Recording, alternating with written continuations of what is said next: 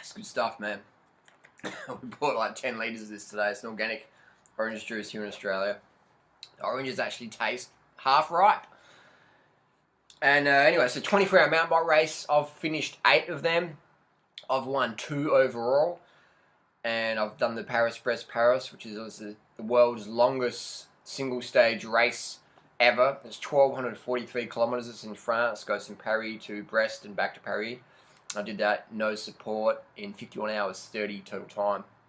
So my tips for 24-hour races are basically, the biggest tip ever is to pace yourself properly. If you go out like it's a 2-hour cross-country race or an hour criterium or whatever, you're going to fucking pay big time. So you got to go out basically like you're riding with an absolute newbie. That's basically what you got to do. Just cruising around, just rolling around, talking, and people go, oh no, that's not true, you got to race. And I'll tell you what, man, no one fucking races in a 24-hour race. No one's racing. It looks like you're racing because you might have good technical skills, so you can just rail past someone, but your heart rate's really low. So there's no one that's actually racing a 24-hour race. Maybe the last lap if you're like, 10 seconds behind each other, yeah, but no one's racing. Look at the power data, look at the heart rate data. Nobody's racing in a 24-hour race. I mean, so I'll take it back. They are racing, but in a 24-hour pace. The pace is really light. So you're racing, but it's a 24-hour race. It's not a cross-country 2-hour race or a 1-hour criterium road race. So it's really light stuff, low heart rate. And people can debate with me on that one, but I've had Jason English's heart rate data, man. The dude just keeps it really low the whole time, just consistent. First lap about as fast as the last lap, just cruising along. And guys like that with really good technical ability, just fluent the whole way around. Someone like myself, I can climb as good as anyone, but on the downhills, I'm losing a lot of time. I basically give away 4 hours at the start of a cross-country race, 24-hour style, because my technical skills are getting better, but they're not just up to scratch yet. But anyway, so let's cut to the chase. Pacing is the biggest one. Pace. You got to go out so easy. You got to go so slow that all the team's riders is going to be passing you. Basically, just go with slow people. And in the last 6 hours of the race, feel free to pick it up. So ride for 18 hours easy, and then smash it for 6 hours if you want. People go, oh, no, I'll do it the other way around. Smash for 6 hours, and then just blow up for 18 hours. Take it from me, man. I've finished 8 24-hour races. I've DNF'd a fair few, but I've actually finished 8 and I've won 2. And I don't use any pills or caffeine or cocaine. I know a lot of guys do. They use the speed pills, Dexies, the cocaine, bit of meth. Some guys are shooting up stuff. And then no judgment on that. I'm just saying, if you're doing a lot of hardcore drugs, then you can sort of go a bit crazy. But even then, you still got to pace yourself. Because I know a lot of guys who do the full-on drugs, both legal and illegal, still bomb out, man, because they got too hard. So you got to pace. Even if you're on speed and meth and cocaine, you got to go at a decent pace. Otherwise, you're going to blow up. You're going to run out of your glycogen, and then it's like game over.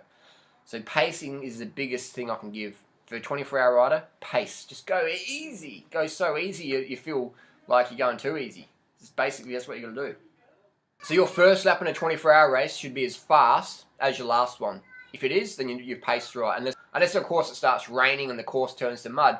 But if it's a dry course, your first lap should be exactly the same as your last lap. Maybe your last lap should be a little bit faster than your first lap, and then you've done even. There's no point going like that with your wattages and heart rate. You want to just have an even. Because if you average, 3 watts per kilo for an hour, and then the next hour you average 2 watts per kilo, and then you're 3 watts per kilo, that's just really going to fuck you up later on in the race. So you want to have like a consistent watts per kilo per hour. That's what you want to go for. Consistency in 24 hours. It's not a road race. You don't have to attack up the road and get the draft. It's not a cross-country race where you have to get a 10-second gap. People who treat it like that, blow up. People who treat it like that, they don't come back for more. I've had a few cross-country friends come to a 24-hour race it for the first 6 hours, totally blow up, still win the race, but just go, I'm never fucking doing that again. Never doing it again. Because they don't know how to pace. You got to pace yourself for a 24-hour race. I've spent 5 minutes saying pacing. Second one would be nutrition. You have to eat enough carbohydrates, otherwise you're going to bonk. You're going to run out of glycogen, you're going to hit the wall, and you're just going to be crashing easily and your mood's going to drop, you get a flat tire and you're going to want to pull out. So carbs, how many carbs? 1 gram of carbs per kilo of body weight per hour. If you're in the US, half a gram of carbs per pound of body weight per hour. Minimum. So that's what you want to do.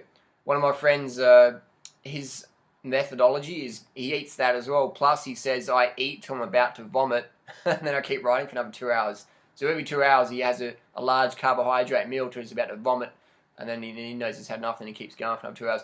So you're going to burn a lot of calories. You're going to burn maybe 20,000 calories in a 24-hour race. 20,000 calories, that's like 3 kilos of fat. So you got to keep those carbs in, otherwise you're going to hit ketosis really fucking quickly. And when you hit ketosis, it's game over. Your race is over. You're going to spend the next 6-7 hours recovering, and it's gone. Ketosis is no power. Game over. So I've covered pacing, covered nutrition.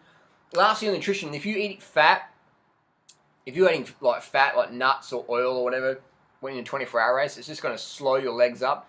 It's going to gunk your blood full of fat. You want to have no fat. You want to have just carbs the whole 24 hours because you want your blood clean and flowing. Because any fat's just going to slow you down. It's, you're going without sleep. You're going to be sleep deprived. And any excess fat's just going to slow you down. And a lot of people out there who aren't vegan, so they're eating like animal products. And I'm like, I see some people at 24-hour races, and I'm like, how the fuck are you eating a cheese, ham, slice of pizza? And then you look at their face, an hour later, they're just like, oh, I regret that. That's fucked up. And I'm like, shit. That's like slashing your tires, man. And no wonder people are taking speed pills to keep going. Even then, even on speed pills, people still can't finish a 24-hour race because they don't have enough carbohydrates. So I'm not promoting speed pills, by the way. I'm not promoting any drug usage. I'm just saying that's just how it is. And so what I like to take in the 24-hour race is the dates. Have a box of dates with me and fruit juice, and that's just it. Dates and fruit juice, the whole thing. And make sure I'm pissing clear every hour. When you have a whiz, you want to be whizzing it at least every hour, at least every 2 hours, having a whiz. I'll whiz when I'm on the bike, just, I can't do that on YouTube, but I piss when I'm on the bike, actually wee while I'm riding. Urinate while you're riding on a fire road, make sure no one's going to come screaming past you and cut the track. But anyway, so you want to be pissing clear every hour, every 2 hours, definitely. If you're pissing yellow or straw, knock back another bottle. You want to be pissing clear. What about salt pills? Well, I don't take any salt pills in 24 hours. Some people do, it works for them, doesn't work for me. It just makes me feel more bloated and thirsty, so I don't do the salt pills. What about bikes? You want to have a bike that you're used to. My recommendation is get a 29er dual suspension. Whatever company you like the feel of, because mountain bikes are all about different geometries and setups and stuff like that. So I like the Specialized Epic, I like the Giant Anthems, they feel good for me. What feels good for you, that's going to be a different thing. But 29er, man, that's just like, that's the ultimate 24-hour machine. 29er dually, that's the ultimate 24-hour machine. Tire pressure, you already know that, 32 psi, 30 psi, whatever tires you're used to. And make sure you mark your seat posts and mark your angles on your seat, because often things can slip down. In 24-hour race, things can slip down, you get tendonitis, whatever. So you mark your seat posts with liquid paper pen, mark your cleats, mark your seat posts fore and aft, things like that. Mark your handlebars with some liquid paper, a little liquid paper pen, so then you know if anything slips, you can go back to that. And that's about it. And just expect some real low negativity periods, but they're generally just because you're not getting enough sugar or water. But then there's the third thing that can happen is sleep deprivation really fuck your head over. So you've got to just accept that you're going to have some periods of depression because you're sleep depriving yourself.